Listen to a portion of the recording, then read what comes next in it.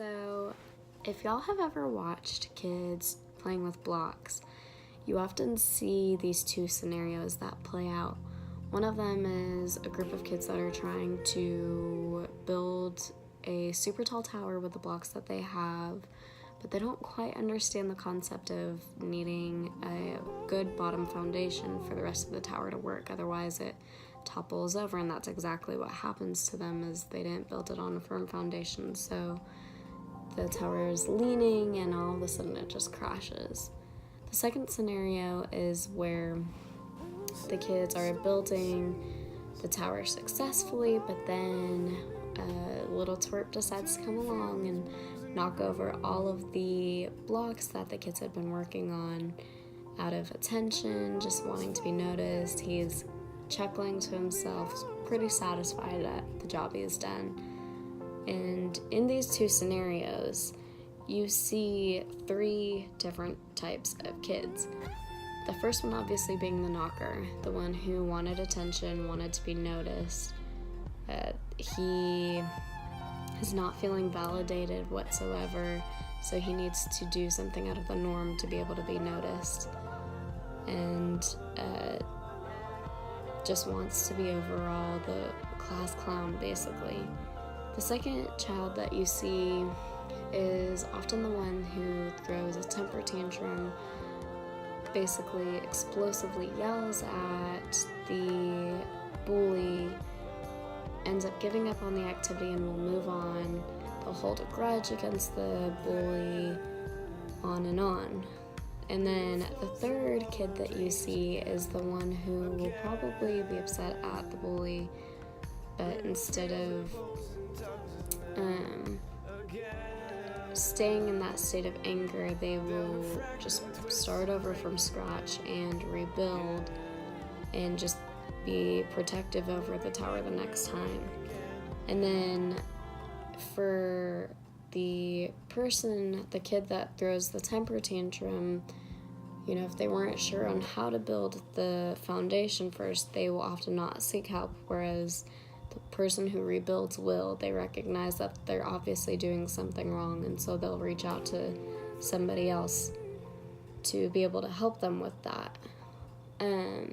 So the question that you have to ask yourself is, which child are you in real life? In real life, the knocker looks like the person who is confused. They don't really know where to get their validation from, and so they seek it in confusion and making their actions part of their character, basically, instead of just being a part of the team.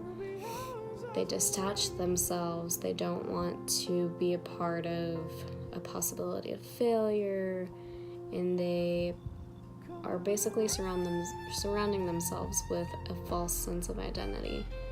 The second person that relates to the child who is throwing a temper tantrum, what that looks like in adult lives is the person who is going through a circumstance, and instead of facing it head on, they will detach themselves from the circumstance, isolate themselves, push everybody away.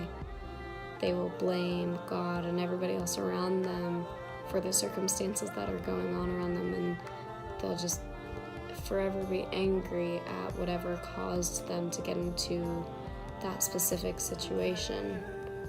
The third person that you see is the person who recognizes they are going through a hard situation, but they choose to get through it.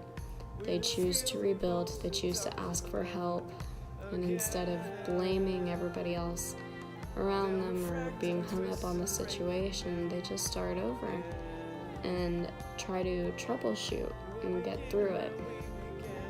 So, which one of them are you? Which child do you most represent? Are you the one that is looking for validation in the wrong places? Are you the one that is